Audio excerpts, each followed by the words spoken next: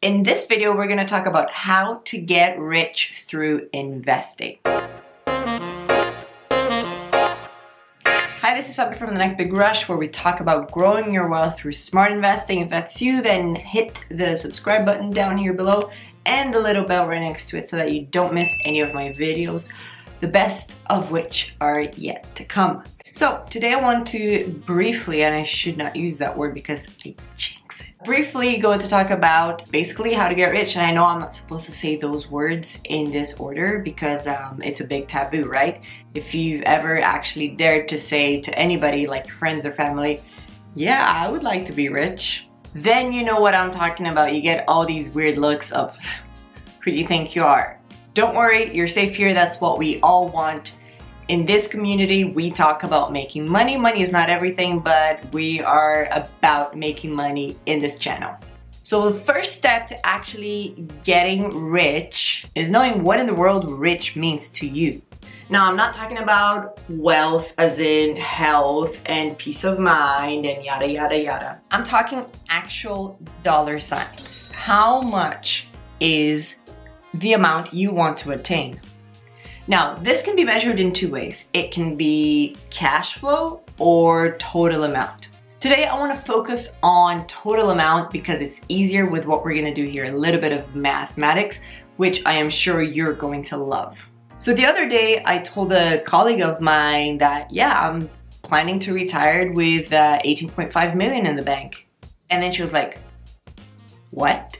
And I was like, yeah, 18.5 million, it's what I want. And just those words were just so beyond that person's realm of possibility that they couldn't really understand even what I was talking about. Now, this is how you make 18.5 million really, really straightforward.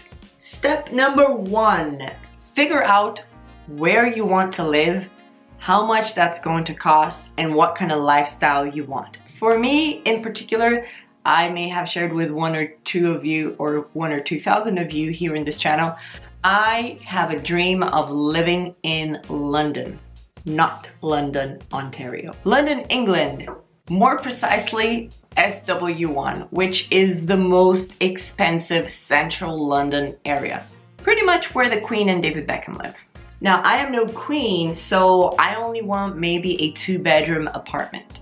So I literally went online, did a bit of research, and decided that this is where I want to live and this is how much money it's going to take. The other thing you might ask yourself is, what kind of car do you want to drive? Well, I plan on driving 0 cars because I'll be in London, so what's the point? And I'll probably be Ubering for the rest of my life. But maybe you want a really fancy car. And maybe you want a vacation house, or maybe you want an X amount of money every year to spend traveling. Maybe you want a boat. Everything that you want in your ideal, perfect retirement life, you have to write down on this dream list. Step number 2, and if you fail this step, you'll get all your numbers wrong and you'll be sorely, sorely, sorely disappointed, because even if you attain your goal, you ain't gonna buy anything that you just put on your list. So step number 2 is to actually calculate future inflation. Essential. And here's the tricky bit. What I have done is I've gone back as many years as I want to go forward and calculated roughly what the inflation has been, and I give myself a margin of safety. What that means exactly is that I went back maybe 40 years to be safe, and I saw the inflation rate, how much the dollar or the pound or whatever has lost in value, and I multiplied my total dream lump sum by that amount. So if 40 years ago, whatever you bought for $1 will cost you today $4, it means that you probably want to have 4 times as much money as your dream account. Which is why I have 18.5 million as my target, because that's how much money I need. Having done that, and this is the really fun part, you need to put your numbers into this wondrous piece of software called the compound interest calculator. There's only one I ever go to, and it's this one right here.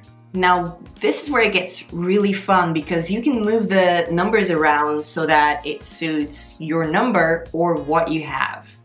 This will take a lot of trial and error, which is okay. So here you start off with a base amount, which means your total net worth.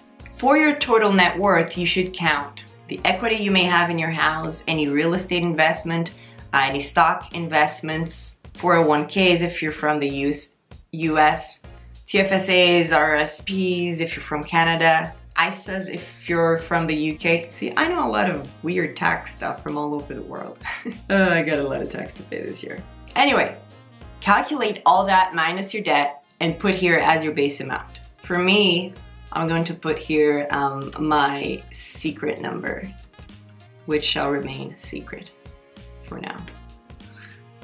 Okay, for annual interest rate, if you want to be really lazy, you can put 7.5% here. Why 7.5%, Fabi? Well, because historically that's what the stock market has produced within the last many decades. So if you're an investor who is just willing to keep buying stock without giving it a second thought and do zero homework and just be lazy, you may get 7.5% per year compounded throughout your whole investing career. Disclaimer, you might actually only get 4 or you might actually get upwards of 10. You may also have tax to pay on that depending if you didn't invest it through a tax wrapper. But let us simplify here because honest to goodness, there's people watching from next door and there's people watching from Sri Lanka right here. So I don't know what your situation is. In general, in the American stock market, 7.5%. Now, calculation period.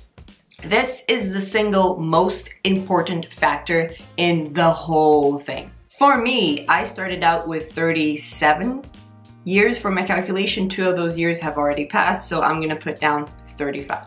Now, a word of advice here. If you're really old school and you believe that by 65, all of a sudden you're going to feel super old and useless and you're gonna stop working forever and just lie on the beach, I'd like to challenge that. People are living to be older than 90. That's a really long retirement if you're doing nothing. So if you feel like you're running out of time, don't be afraid to calculate until you're 70 or 75 because chances are you're going to live until you're 90 freaking 5.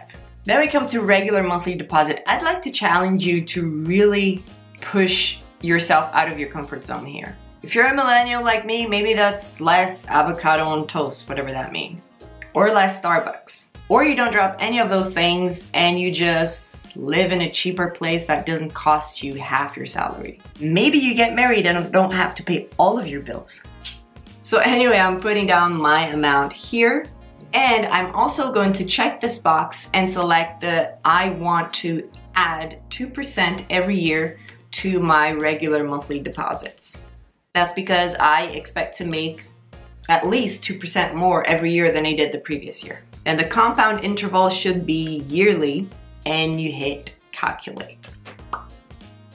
And there you go. If you scroll down to the bottom, you're gonna see your magic number here. So for this quick calculation here, I am way short. I'm only about 1/3 of the 18.5 million that I want to reach. Why is that? Well, because 7.5% interest is really low for the kind of investing that I do. If you want to understand how I invest and the kind of returns I get, then you're going to have to watch a few of my other videos or just stick around, subscribe, and you're going to see other videos that talk more about the kinds of companies that I invest in the stock market that you can invest in as well that will blow the 7.5 out of the water. So my annual interest rate, and that's compounded, is actually 13%, which blows this thing completely up and gets it to like way more than 18.5 million if I can continue on track. Why is that? Well, for the last couple of years, I've been able to beat more than 1 year at a time. And so some years you're going to really overshoot your goal and some years you're really not even going to be able to reach the minimum. But knowing what you have to reach every year keeps your eye on the ball. It makes you maybe get rid of assets that aren't working. Maybe makes you stick to assets that you believe will do much, much better in the future. And I'm talking about triple-digit returns. So something I'd like to give to you as a challenge is go to this website and play with the numbers. This is really amazing. Sometimes I put a few numbers there and I adapt it to what I'm living right now. Multiple streams of income is something that I'm starting to build now. And when you do that, then you can increase your regular monthly by a lot. Sometimes you can just get a better percentage return. Or maybe you can mess around with the time frame a little bit more so that you give yourself more time to actually get to your dream wealth amount. Now, once you have this number, that is your dream, you're going to, like me, print out your compound calculation for every year so that every single year you're looking at that piece of paper and you're beating that number time after time after time. Trust me, it really helps you to make good financial decisions when you know that by the end of the year, you need to have reached $558,684.14. That's very specific. Now, because this is only video number 1 about this general topic, I can't really get into super detail on how you can actually get the ball rolling on getting your returns higher than 7.5%. But basically what you would essentially do is try to explore a few different avenues. If you have some invested in real estate, sometimes it will do great, sometimes it won't. If you have money in stocks, your real estate might be doing well when your stocks aren't, and vice versa. And so it's really important to understand how much you can get from each investment depending on where you're living, where you're going to invest, and then try to figure out how many different rabbits you want running this race. And the idea is just become obsessed with buying assets. Any and everything that can put money back into your pocket, and you can grab that money and reinvest it so that more money comes into your pocket, you know, like Rich Dad Poor Dad style. That's the whole game. So my stocks have been doing really badly the last year, maybe 18 months. But the real estate part of my portfolio is doing really well. That also means that my real estate portfolio is not as undervalued as my stocks, which means maybe I'll take some of the real estate and reinvest it in the stocks. That way it keeps me motivated and helps me to beat each year. Now, if I can get 13% per year, I think you can do just as well, if not better. Click on the link below and go to the website. Now, I'm not being sponsored or paid or anything to talk about this website, but it's such a great tool that I want you to start thinking about your end goal. You can't be rich by making 6 figures or even low 7 figures in the stock market and then stop and let inflation eat away at all of your gains. Don't be a dummy. So that's it for this video. If you like it, hit like and subscribe because there's a lot more coming your way. Take care. And once you know where you're going, all of your financial decisions